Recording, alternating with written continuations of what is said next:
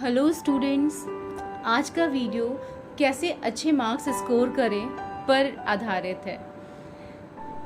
Literature बाकी subject से थोड़ा अलग होता है, ऑफ कोर्स फिर इसका आंसर लिखने का तरीका भी थोड़ा डिफरेंट होता है।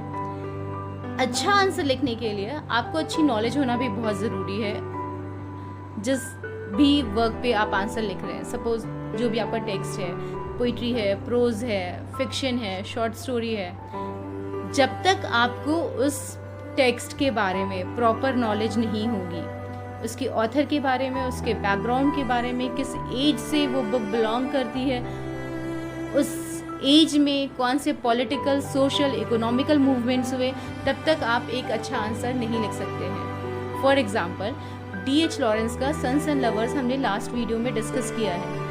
अब अगर आपको मॉडर्न एज के बारे में नहीं पता है, सिगमंड फ्राइड के बारे में नहीं पता है, इडिपस कॉम्प्लेक्स के बारे में नहीं पता है, तो आपको ये नॉवेल सन्स एंड लवर्स समझ में आने वाली नहीं है। इसलिए मैंने फर्स्ट वीडियो इसको 2 पार्ट्स में बनाया। फर्स्ट पार्ट में आपको बैकग्राउंड के बारे में बताया और सेकेंड पार्ट में समरी बताई।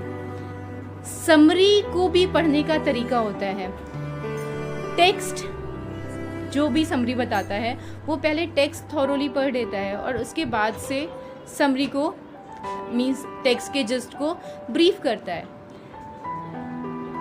जो रीडर है जब किसी भी टेक्स्ट को ब्रीफ करता है तो वो अपना ओपिनियन रखता है। उसे किस बात ने ज़्यादा पिंच किया है, हमेशा वो उस पर फोकस रहेगा और उस फोकस के हिसाब से उस टेक्स्ट को इंटरप्रेट करता है। समरी का मतलब बिल्कुल ये नहीं होता कि एक राजा था, एक रानी थे, उनके एक बेटा था, बेटा वन में गया, फिर वो खो गया, एट्सेट्रा एट्सेट्रा। ऐसे लिटरेरी टेक्स्ट नहीं पढ़ी जाती हैं। लिटरेरी टेक्स्ट पढ़ने का तरीका होता है, वो क्या तरीका है कि आपको बैकग्राउंड नॉलेज आना बहुत ज़रूरी है। उस टेक्स्ट में ऑथर ने कौन कौन सी थियोरी अप्लाई की है या थियोरी नहीं अप्लाई की है, लेकिन फिर भी वो थियोरी उसमें दिखती है तो वो आपको पता होना चाहिए।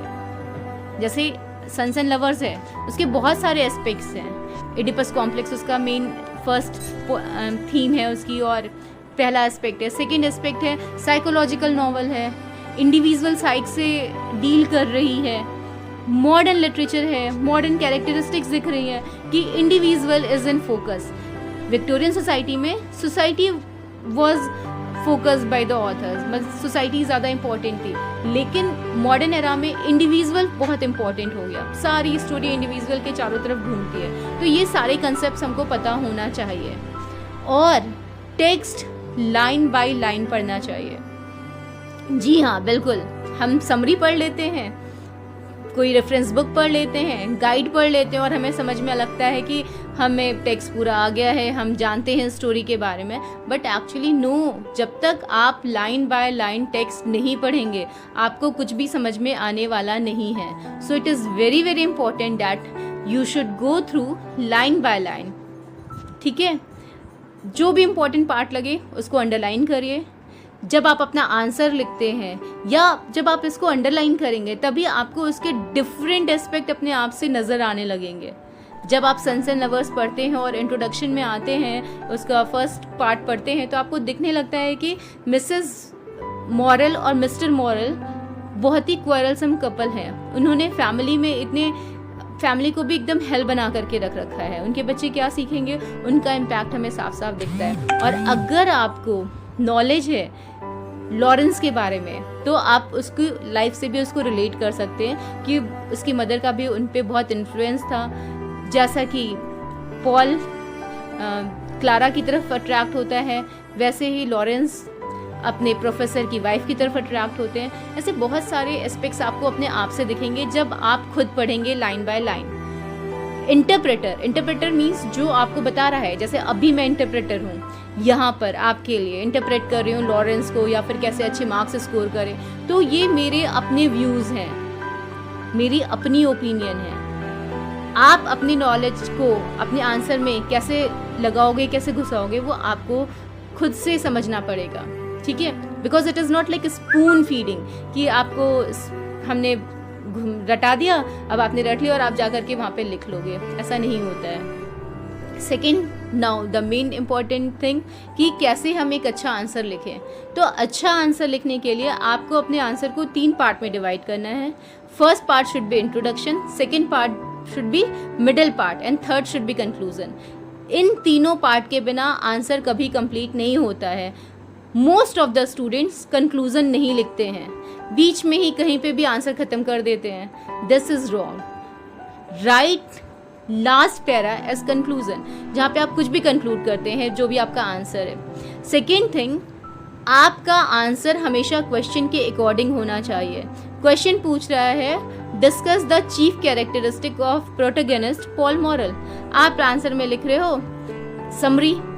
पूछ रहा है discuss Oedipus complex with reference to the novel Sons and Lovers, आप आंसर में लिख रहे हो समरी।